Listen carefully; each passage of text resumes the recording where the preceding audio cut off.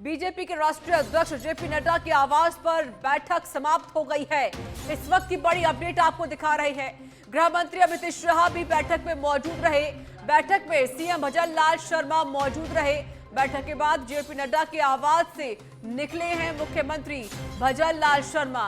Deputy CM दिया कुमारी और doctor Premchand Bairwa भी मौजूद रहे। अरुण सिंह, सीपी जोशी, राजेंद्र राठौर भी मौजूद रहे। वहीं केंद्रीय मंत्री शेखावत, बीआर संतोष, चंद्रशेखर बैठक में मौजूद रहे। प्रदेश सह प्रभारी विजया राहटकर भी बैठक में मौजूद रहे। इस वक्त की बड़ी अपडेट आपको दे रही है। जो बैठक चल रही थी जेपी नड्डा के आवास पर, वो बैठक अभी समाप्त हो चुकी है और इस बैठक में कई अहम मुद्दों को लेकर बातचीत हुई। हालांकि मुख्यमंत्री भजन लाल शर्मा ने पहले राष्ट्रपति द्रौपदी मुर्मू से मुलाकात की, उसके बाद वह रक्षा मंत्री राजनाथ सिंह से मिलने के लिए पहुंचे और उसके बाद उन्होंने बीजेपी के राष्ट्रीय अध्यक्ष जेपी नड्डा से उनके आवास पर मुलाकात की, जहां पर बड़ी बैठक आयोजित हुई। राजीव तिवारी हमारे साथ जुड़ चुके हैं लाइव इस पर और अधिक अपडेट देने के लिए। राजीव, जो बैठक चल रही थी वो अब समाप्त हो चुकी है, क्या इस बैठक में बातचीत हुई है? किन किन अहम मुद्दों को लिया गया? इसके अलावा जो मंत्रिमंडल विस्तार का जिक्र हो रहा था, तो उसको लेकर बातचीत हो पाई इस बैठक में? राजीव, बिल्कुल। सबसे पहले बताना चाहेंगे कि देखिए बीजेपी के राष्ट्रीय अध्यक्ष नड्डा के घर पे जो बैठक चल रही थी, बैठक समाप्त हो गई है। हेलो हेलो हेलो हेलो देखिए मुख्यमंत्री भजन लाल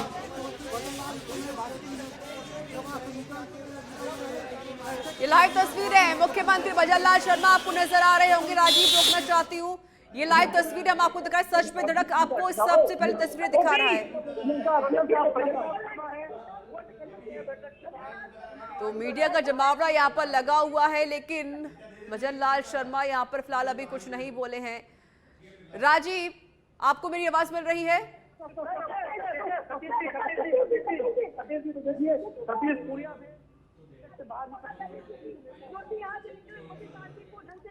देखिए, आपने सतीश पुनिया को भी यहाँ पर देखा। हालांकि उनसे बात करने की कोशिश की गई, लेकिन किसी ने यहाँ पर बात नहीं की है। राजीव, आपको मेरी आवाज मिल रही है? तो फिलहाल की लाइव तस्वीरें हम आपको दिखा रहे हैं। देखिए, अभी बैठक समाप्त हो चुकी है और ये बड़ी बैठक यहाँ पर आयोजित की जा रही थी, जिसमें बीजेपी के राष्ट्रीय अध्यक्ष जेपी नड्डा, इसमें देखिए खुद गृह मंत्री अमित शाह पहुंचे हुए थे। मुख्यमंत्री भजन लाल शर्मा भी इस बैठक में मौजूद रहे और भी कई बड़े दिग्गज इस बैठक में मौजूद रहे। राजीव, बैठक समाप्त हो चुकी है, क्या कुछ अपडेट बैठक को लेकर, किन मुद्दों को लेकर बातचीत हुई है? और जिस तरीके से मंत्रिमंडल विस्तार का जिक्र बार बार हो रहा था, तो क्या उसको लेकर चर्चा हुई?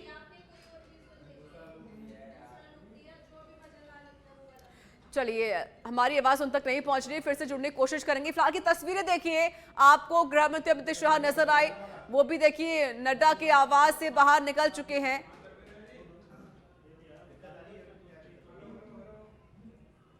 तो देखिए, फिलहाल बैठक समाप्त हो चुकी है और इस बैठक में बड़े बड़े दिग्गजों ने शिरकत की, क्योंकि अभी राजस्थान में मंत्रिमंडल का विस्तार नहीं हुआ है, जिसको लेकर ये बैठक काफी ज्यादा महत्वपूर्ण मानी जा रही थी और इस बैठक में इन मुद्दों को लेकर भी जिक्र किया गया होगा।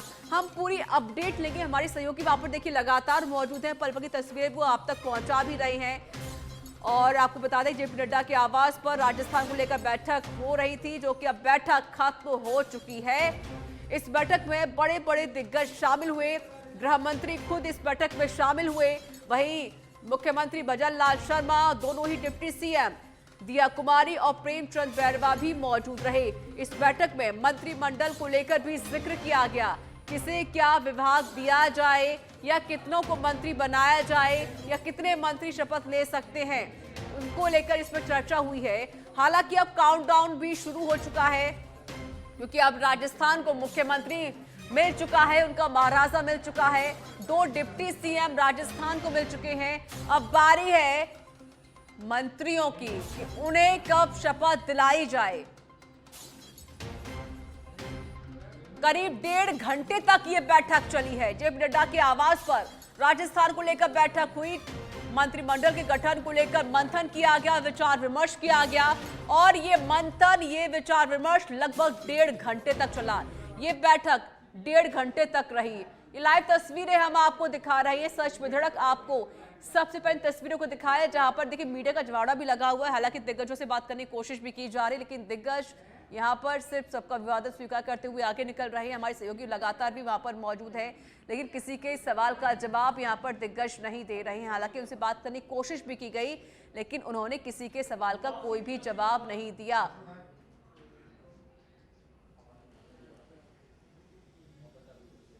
तो मुलाकात हुई, आखिर क्या बात हुई, ये अभी सवाल बरकरार है, क्योंकि ना तो मुख्यमंत्री भजनलाल शर्मा ने किसी बात का जिक्र किया और ना ही बाकी नेताओं ने किसी बात का जिक्र किया। हालांकि मीडिया उनसे सवाल पूछती रही, लेकिन उन्होंने किसी भी सवाल का जवाब नहीं दिया। लेकिन ये जो बैठक हुई है, काफी ज्यादा महत्वपूर्ण बैठक रही। करीब 1.5 घंटे तक ये बैठक चली। जेपी नड्डा के आवास पर राजस्थान को लेकर ये बैठक चल रही थी, जो कि खत्म हो चुकी है। मंत्रिमंडल के विस्तार को लेकर ये बैठक आयोजित की गई।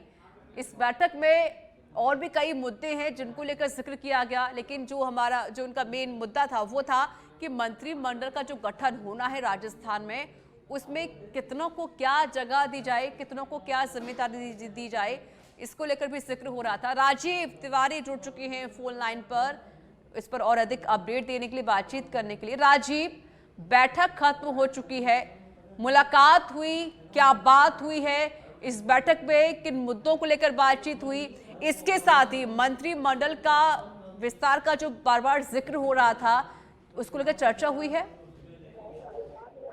बिल्कुल, देखिए यह जो बैठक हुई है, यह बैठक बहुत ही महत्वपूर्ण माना जा रहा है, क्योंकि बैठक में तमाम चीजें जो हैं सीक्रेट रखी गई हैं। और सामान्य तौर पर देखा जाए तो पहले तो इस चर्चा थी कि बैठक में मंत्रिमंडल गठन को लेकर चर्चा की जाएगी, उन नामों पर चर्चा किया जाएगा जिनको मंत्री बनाना है। अब इस बैठक से जो भी निकला है, चाहे मुख्यमंत्री भजनलाल शर्मा की बात कीजिए, प्रदेश अध्यक्ष सीपी जोशी की बात कीजिए, प्रभारी अरुण सिंह की बात कीजिए, या सतीश पुनिया की बात कीजिए, देखिए सतीश पुनिया का रोल बहुत ही महत्वपूर्ण है। भले ही विधानसभा चुनाव हार गए हैं, लेकिन इस बैठक में उनको बुलाया गया है, तो उनको क्या जिम्मेदारी दी जाएगी यह भी देखना महत्वपूर्ण होगा। फिलहाल इतना जरूर है कि बैठक में क्या कुछ तय किया गया है, कोई भी नेता नहीं उस पर चर्चा कर रहा है, ना बोलते हुए नजर आ रहा है, सभी लोग मीडिया से बच रहे हैं। लेकिन इतना जरूर है कि इस बैठक में वो तमाम नाम फाइनल कर लिए गए हैं जिनको मंत्री बनाना है, जिनको कैबिनेट मंत्री बनाना है, जिनको राज्य मंत्री बनाना है, जो सूत्रों से जो जानकारी मिल रही है। जी बिल्कुल, लेकिन सबसे बड़ी बात है कि जिस तरीके से जिक्र बार बार हो रहा था राजीव, कि हालांकि मंत्रिमंडल विस्तार का यहाँ पर ऐलान भी अभी किया जाना है, कई मंत्रियों को शपथ भी दिलानी है, उनको विभाग भी बांटने हैं। अब तक आपके जो आधार पर जो सूत्र हैं, उनकी तरफ से क्या कहा जा रहा है, कितने मंत्री इस बार शपथ ले सकते हैं, क्या कहना है सूत्रों का राजीव?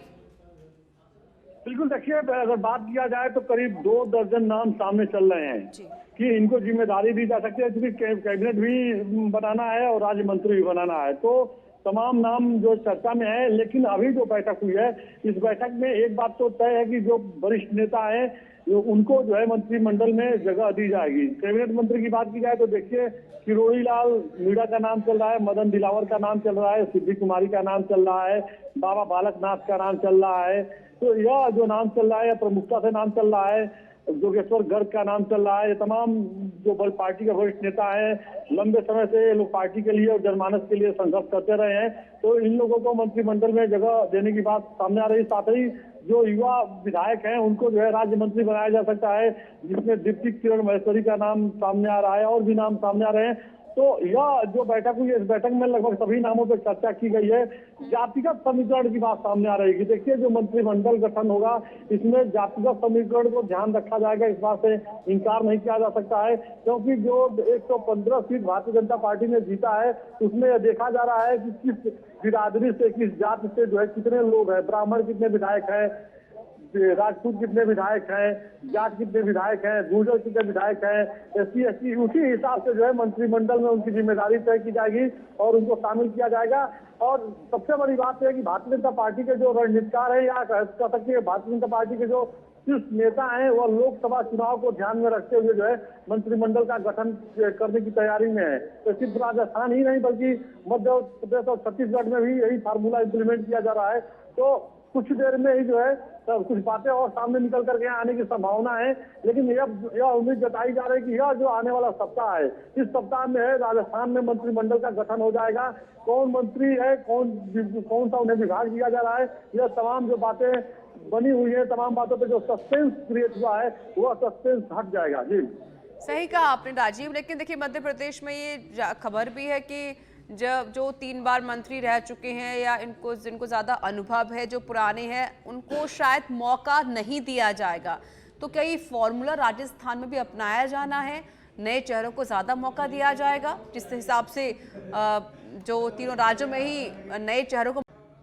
बिल्कुल, देखिए अगर बात किया जाए तो आपने बिल्कुल सही कहा। भारतीय जनता पार्टी के अंदर यह फार्मूला चल रहा है कि जो लोग लंबे समय तक मंत्रालय में काम किए हैं, मंत्री रहे हैं, उनको इस बार जगह न दिया जाए, नए लोगों को मौका दिया जाए जो मंत्री नहीं बन पाए हैं। बहुत बार ऐसा होता है कि जो कद्दावर नेता हैं, किसी समीकरण की वजह से या किसी कारणवश उनको मंत्रिमंडल में जगह नहीं मिल पाता है, तो उन तमाम लोगों को भी मंत्रिमंडल में जगह मिलना चाहिए। यह फार्मूला सिर्फ मध्य प्रदेश, छत्तीसगढ़ ही नहीं बल्कि देश भर में भारतीय जनता पार्टी इंप्लीमेंट करने की तैयारी में है।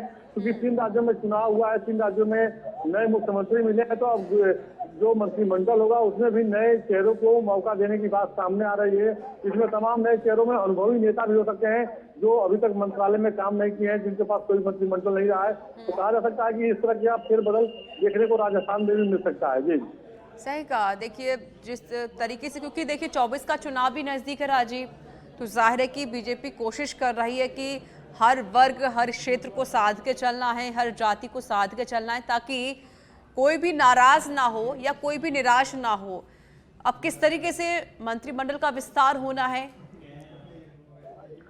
बिल्कुल, देखिए अगर बात किया जाए तो जो मंत्रिमंडल का विस्तार होगा उसमें जो है जातिगत समीकरण को ध्यान में रखा जाएगा। बार बार ये बातें सामने आ रही हैं, बीजेपी के वरिष्ठ नेताओं द्वारा ये कहा जा रहा है कि देखिए अभी 3 राज्यों में जो मुख्यमंत्री बनाया गया है उसमें भी जो है जातिगत चीजों को साधा गया है। तो ऐसे में जब राजस्थान की भी बात की जाए तो देखिए राजस्थान में तो यहाँ तक कि भारतीय जनता पार्टी लगातार सर्वे कराई है कि जो भी मतदान हुआ है विधानसभा में, तो किस जाति के लोगों ने बीजेपी को कितना % वोट दिया है, उस हिसाब से जो है बड़ी भूमिका तय की जाएगी। तो लोकसभा चुनाव में चूंकि 25 सीटें हैं लोकसभा की, देखिए 25 राजस्थान में 25 सीट है और 25 की 25 सीट भारतीय जनता पार्टी ने जीता है। हालांकि एक सीट पर नागौर पर जो है हनुमान बेनीवाल है, लेकिन हनुमान बेनीवाल की जीत तभी तय हुई थी जब वो एनडीए के उस समय घटक दल बने थे। एनडीए से उन्होंने गठबंधन से एक सीट मांगा था, तो वो सीट तो जीते थे। तो यही माना जाता था कि 25 सीट पर भारतीय जनता पार्टी का प्रभुत्व है और भारतीय जनता पार्टी इस बार विधानसभा चुनाव जिस हिसाब से जीती है, लोगों ने प्रधानमंत्री नरेंद्र मोदी के गारंटी पर जिस तरह भरोसा जताया है, तो उसी तरह से भारतीय जनता पार्टी जो है लोकसभा की सभी सीट जीतना चाहती है और प्रधानमंत्री ने जो वादा किया है, जो अपना गारंटी दिया है, उसको जो है पूरा कैसे किया जाएगा। साथ ही जो कहा जा सकता है कि राजस्थान में देखिए, राजस्थान में जातीय जो मतदाता होते हैं, जातीय जो राजनीति है, उस समीकरण को बड़ी ध्यान में रखा जाता है। क्योंकि वहाँ पे देखिए ब्राह्मण भी है, राजपूत भी है, जाट है, गुर्जर है, SC/ST के लोग हैं, तो सभी लोगों को साधने की बात आ रही है। तो अब जो मंत्री देखिए, मुख्यमंत्री भी जो बनाए गए हैं, मुख्यमंत्री की बात कीजिए या दोनों डिप्टी CM की बात कीजिए, तो इन तमाम चीजों को साधा गया है। उसी क्रम में माना जा रहा है कि जो मंत्रिमंडल का गठन होगा, इस मंत्रिमंडल में भी जो है जाति का जो बड़ा नेता होगा, पार्टी का जो बड़ा नेता होगा, जाति का जो बड़ा नेता होगा, उसको मौका देने की बात सामने आ रही है। जी बिल्कुल, जाति के आधार पर भी देखिए मंत्रियों को यहाँ पर उनको जिम्मेदारियां भी दी जानी है और क्षेत्र को भी यहाँ पर ध्यान रखना होगा किस तरीके से किसको क्या जिम्मेदारी दी जाए। अभी हालांकि राजीव मुख्यमंत्री और डिप्टी CM को विभाग भी नहीं बांटे गए हैं। अगर मानो कि शपथ ये मंत्री लेते हैं तो क्या उनको विभाग तुरंत ही दे दिए जाएंगे, उनको जिम्मेदारी तुरंत दे दी जाएंगी, या अभी इंतजार उसके लिए भी करना पड़ेगा? देखिए आमतौर पर यही होता है कि जैसे ही मंत्रिमंडल का गठन होता है, विधायक मंत्री पद की शपथ लेता है, उसके बाद 24 घंटे के अंदर उसका पोर्टफोलियो मंत्रालय उसका तय कर दिया जाता है कि किस व्यक्ति को कौन सा मंत्रालय दिया जा रहा है। जैसे कि अभी जो सूत्रों से तो तमाम नाम सामने आए हैं, उनको पोर्टफोलियो भी चल रही है। तो ये एक कहा जा सकता है कि एक कयास है कि जैसे कि नाम चल रहा है कि किरोड़ी लाल मीणा को राजस्थान सरकार में कैबिनेट में उनको मंत्री बनाया जाएगा, कैबिनेट मंत्री बनाया जाएगा, उनको स्वास्थ्य मंत्रालय दिया जा सकता है। यह एक कयास है, यह एक चर्चा है। बाबा बालकनाथ को वन पर्यावरण मंत्री बनाया जाएगा, यह एक कयास है। चर्चाएं चल रही है, सिद्धि कुमारी को पर्यटन मंत्री बनाया जाएगा, यह चर्चा चल रही है। डिप्टी किरण महेश्वरी को जो है युवा खेल मंत्रालय दिया जा सकता है। यह सब चर्चाएं चल रही हैं, लेकिन मंत्री पद का शपथ लेने के बाद आमतौर पर यही देखा गया कि जो बिग मंत्री अपने पद की शपथ लेता है, पद गोपनीयता की शपथ लेता है, उसके 24 घंटे के बाद जो है, 24 घंटे का मतलब अंदर 24 घंटे के अंदर उसका जो है मंत्रालय तय कर दिया जाता है कि फला व्यक्ति जो है फला मंत्रालय को गवर्न करेंगे, फला विभाग के मंत्री है। तो चूंकि देखिए राजस्थान में समय बहुत कम है, सामने लोकसभा का चुनाव है और प्रधानमंत्री नरेंद्र मोदी ने जो राजस्थान की जनता को जो गारंटी दिया है और जनता ने जो भरोसा जताया है, उसको ध्यान में रखते हुए जल्द ही जो है जो जानकारी मिल रही है कि इस सप्ताह जो है मंत्रिमंडल का गठन हो जाएगा और सारे मंत्रियों के नाम सामने आ जाएंगे, कैबिनेट मंत्री चाहे राज्य मंत्री, इनका नाम सामने आ जाएगा और उसके बाद बहुत तेजी से सरकार एक्शन मोड में दिखेगी। जैसा कि बीजेपी के जो बड़े टॉप लीडर्स है वो बता रहे हैं कि राजस्थान में जो है जनमानस से किए गए वादे को जनता से किए गए वादे को सरकार जो है जल्द से जल्द पूरा करेगी, क्योंकि जनता का भरोसा जीतना बहुत जरूरी है। सामने लोकसभा का चुनाव है। जी सही कहा कि जनता का भरोसा जीतना बहुत जरूरी है। राजीव, अगर हम जातिगत समीकरण का ध्यान देते हैं तो जो ओबीसी है राजस्थान में लगभग 40% ओबीसी हैं। हालांकि देखिए जनरल कैटेगरी को बीजेपी ने मौका दे दिया, मुख्यमंत्री बना दिया, और वहीं राजपूत समुदाय को भी साथ लिया, डिप्टी सीएम बना के दिया कुमारे को, वहीं दलित समाज को भी साथ लिया है। और ओबीसी का लेकर किस तरीके से बीजेपी स्ट्रैटेजी बना रही है? बिल्कुल, देखिए अगर बात किया जाए तो बीजेपी अभी जो 3 राज्यों में काम कर रही है, उन तीनों राज्यों के हिसाब से जो है उसका जोर घटाना किया जा रहा है। क्योंकि आप देखिए अगर बात किया जाए तो बिष्णु देव शाह को जो है छत्तीसगढ़ में बनाया गया है, आदिवासी समाज से आते हैं। वही अगर बात किया जाए तो मध्य प्रदेश के मुख्यमंत्री मोहन यादव ये ओबीसी समाज से आते हैं। अब रही राजस्थान की बात, तो देखिए जब ये 2 नाम चर्चा में आ गए तो तमाम सवाल खड़े होने लगे कि देखिए बीजेपी शासित जो राज्य है कहीं भी जो है ब्राह्मण मुख्यमंत्री नहीं है। तो अब राजस्थान में ब्राह्मण मुख्यमंत्री देकर के कहा जा सकता है कि देश भर के ब्राह्मणों को अपने खेमे में करने के लिए बीजेपी ने बड़ी रणनीति बनाई है। हालांकि देखा जाए तो मध्य प्रदेश में जो है डिप्टी सीएम ब्राह्मण बनाया गया है।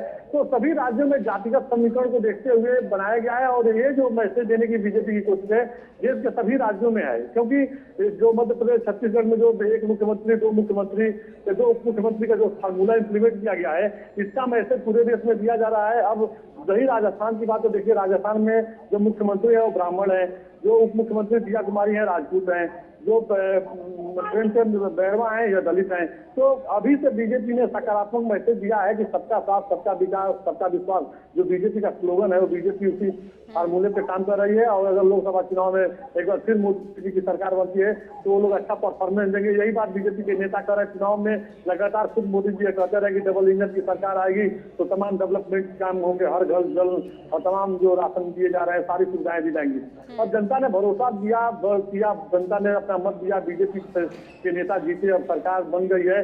अब सवाल यह है कि जो तमाम वादे किए गए हैं इसको कितना जल्द बीजेपी पूरा कर लेगी, क्योंकि सामने लोकसभा का चुनाव है और मंत्रिमंडल में वो कौन से चेहरे हैं जिनको शामिल किया जाए और शामिल करने के साथ साथ चीजों को मैनेज किया जाए, क्योंकि बगावत न हो।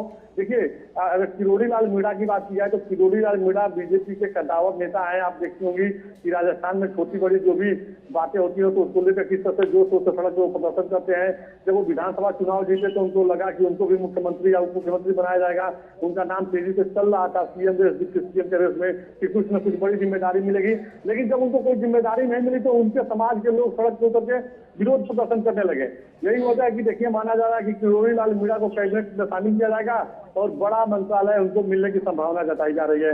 वहीं अगर बात किया जाए मदन दिलावर की, मदन दिलावर को मिलने की चर्चा है, जिनके भी समाज के लोग जो है चाहते हैं उनको बड़ी जिम्मेदारी मिले। तो अब जो है राज्यों में जो जातिगत राजनीति हो रही तो हर जाति वर्ग को साधने की बीजेपी कोशिश में जुटी है और यही वजह की मंत्रिमंडल के गठन में देरी हो रही है। उन नामों को तय किया जा रहा है जो बीजेपी के वरिष्ठ नेता हो, साथ ही वो अपने समाज के बड़े नेता हो। बीजेपी के तो नेता हो लेकिन समाज के भी नेता हो जिसका फायदा आने वाले समय में पार्टी को दूर तक मतलब लंबे समय तक फायदा मिले, इस रोड मैप पे बीजेपी समय चल रही है। जी ठीक है, लेकिन राजीव जो 4 सांसदों ने जीत हासिल की उन्हें क्या बड़ी जिम्मेदारियां मिल सकती हैं जो फिलहाल कैबिनेट मिनिस्टर हैं? बिल्कुल देखिए, जो 4 सांसद जो चुनाव जीते, बिल्कुल सही आपने कहा, उसमें देखिए एक दिया कुमारी है जिनको डिप्टी सीएम बना दिया गया जी। है। अब जो है अगर बात किया जाए तो राज्यवर्धन सिंह राठौर हैं, बाबा बालकनाथ हैं, तो किरोड़ी लाल मीणा है। किरोड़ी लाल मीणा का नाम तेजी से चल रहा है, जी। बाबा बालकनाथ का भी नाम चल रहा है। अब अभी जो हमारे पास जो जानकारी आई है उसमें राज्यवर्धन सिंह राठौर जी का नाम नहीं है। हाँ, हो जी। सकता है कि राज्यवर्धन सिंह जी का नाम इसमें बैठक में फाइनल कर दिया गया हो, कोई बड़ा मंत्रालय उनको दिया जाए, क्योंकि देखिए उनके पास भी लंबा अनुभव रहा है मंत्रालय चलाने का। वो भारत सरकार में सूचना प्रसारण मंत्री रहे, युवा खेल मंत्री रहे, लंबा अनुभव है। तो अब राज्य में भी विधायक बने हैं और पार्टी को राज्य में मजबूत करना है, तो उनको भी बड़ी जिम्मेदारी मिल सकती है। जहाँ तक किरोड़ी लाल मीणा का नाम है, तो किरोड़ी लाल मीणा का देखिए नाम सामने चल रहा है, उनको भी बड़ा मंत्रालय मिल सकता है। बाबा बालकनाथ की बात सामने आ रही है कि बाबा बालकनाथ की सनातन को मजबूत करने वाले नेता है, तो उनको वन एवं पर्यावरण मंत्रालय, जो सूत्रों से जानकारी मिले, हो सकता है जो स्थानीय विभाग है राजस्थान में वो भी मिल सकता है। तो तमाम कयास हैं, लेकिन इन जो सांसद जो विधायक बने हैं, बताया जा रहा है कि इन लोगों को बड़ी जिम्मेदारी मिलेगी। सामने लोकसभा का चुनाव है, कुछ बड़े नेताओं को लोकसभा चुनाव लड़ाने की भी बातें सामने आ रही है। हो सकता है इन्हीं विधायकों में से किसी को लोकसभा चुनाव भी लड़ाया जाए, जो सूत्रों से जानकारी मिल रही है। जी, 24 का चुनाव नजदीक है और इंडिया अलायंस भी तैयार है और यूपीए यानी कि बीजेपी, साथ ही उनकी सहयोगी पार्टियां भी जो बीजेपी का सपोर्ट करती हैं, तो वो भी तैयार है। इस बार क्या लग रहा है, माहौल क्या दिखाई दे रहा है कि इंडिया अलायंस से जो यूपी है वो अब आगे बढ़ सकती है? क्योंकि ज़ाहिर कई बयान भी सामने आए थे, इंडिया अलायंस की बैठक भी आयोजित होनी है और राजस्थान में 2019 में जब लोकसभा का चुनाव हुआ था तो राजस्थान की 25 की 25 सीट बीजेपी ने जीत ली थी। हालांकि 24 सीटें जीती थी, लेकिन एक सीट हनुमान बेनीवाल की थी, जो कि उनके सहयोगी ही थे। इस बार क्या लग रहा है राजस्थान में लोकसभा को लेकर? बिल्कुल देखिए, बिल्कुल अगर राजस्थान की बात की जाए तो जो सूत्रों से जानकारी मिले कि लोकसभा चुनाव में भी जो है कई नेताओं को बदला जा सकता है। कई जो सिटिंग मेंबर ऑफ पार्लियामेंट है उनको हटा करके नए चेहरों को मौका दिया जा सकता है। फिलहाल ये तो चर्चाएं चलती रहती हैं, अभी लोकसभा चुनाव में 4 महीने की देरी है, लेकिन कहा जा सकता है पार्टी देखिए पूरी तरह तैयारी में है। अगर बात किया जाए कि विपक्षी दलों का जो गठबंधन है उनकी बात की जाए तो वो लगातार अभी उनकी बैठक होने वाली है, लेकिन भारतीय जनता पार्टी अपने हिसाब से अपना रोड मैप तैयार किए है। अगर एनडीए गठबंधन की बात अलग है, लेकिन एनडीए की तो बात अलग है। उसके साथ साथ बीजेपी खुद अपने बल पे जो है 300 से अधिक सीट जीतने की कोशिश में है। तो क्या कुछ बीजेपी की रणनीति होती है तो जल्दी सामने आ जाएगा। फिलहाल राजस्थान में 25 की 25 सीट जीतने की बीजेपी दम भर रही है कि इस बार चुनाव में 25 की 25 सीट हम लोग आसानी से जीत लेंगे, क्योंकि हम 25 की 25 सीट जीतते आए हैं। तो उम्मीद तो उनकी यही है। फिर वही अगर देखा जाए तो कांग्रेस पार्टी भी अपने हिसाब से जीत की दावेदारी कर रही है। तो देखना होगा कि लोकसभा चुनाव को लेकर बीजेपी की क्या रणनीति बनती है, क्योंकि दिल्ली में 22 और 23 तारीख को जो है इसी महीने में दिसंबर को 22-23 दिसंबर को बीजेपी मुख्यालय में पदाधिकारियों की बड़ी बैठक होनी है और उस बैठक में आगामी लोकसभा चुनाव को लेकर कई रणनीति बनेगी कि कैसे अपनी जीत निश्चित करनी है। सभी राज्यों के जो है प्रदेश अध्यक्ष मौजूद रहेंगे, प्रभारी मौजूद रहेंगे उसमें, और बीजेपी के राष्ट्रीय अध्यक्ष जेपी नड्डा खुद मौजूद रहेंगे और उनकी अध्यक्षता में बैठक होगी। तो कुल मिला के देखा जाए तो बीजेपी, चाहे वो सरकार गठन की बात कीजिए, मंत्रिमंडल गठन की बात कीजिए, जिम्मेदारी देने की बात कीजिए, पदाधिकारी बनाने की बात कीजिए, ये जो काम भी कर रही है लोकसभा चुनाव पर फोकस है और हर हाल में लोकसभा चुनाव जीतना चाहती है, क्योंकि इस बार बीजेपी का जो बिल्कुल टारगेट है। बिल्कुल राजीव, जिस तरीके से 2019 में बीजेपी ने प्रचंड जीत हासिल की थी लोकसभा के चुनाव में और 2024 में भी वही कोशिश बीजेपी इस बार करने वाली। शुक्रिया आपका अधिक जानकारी देने के लिए।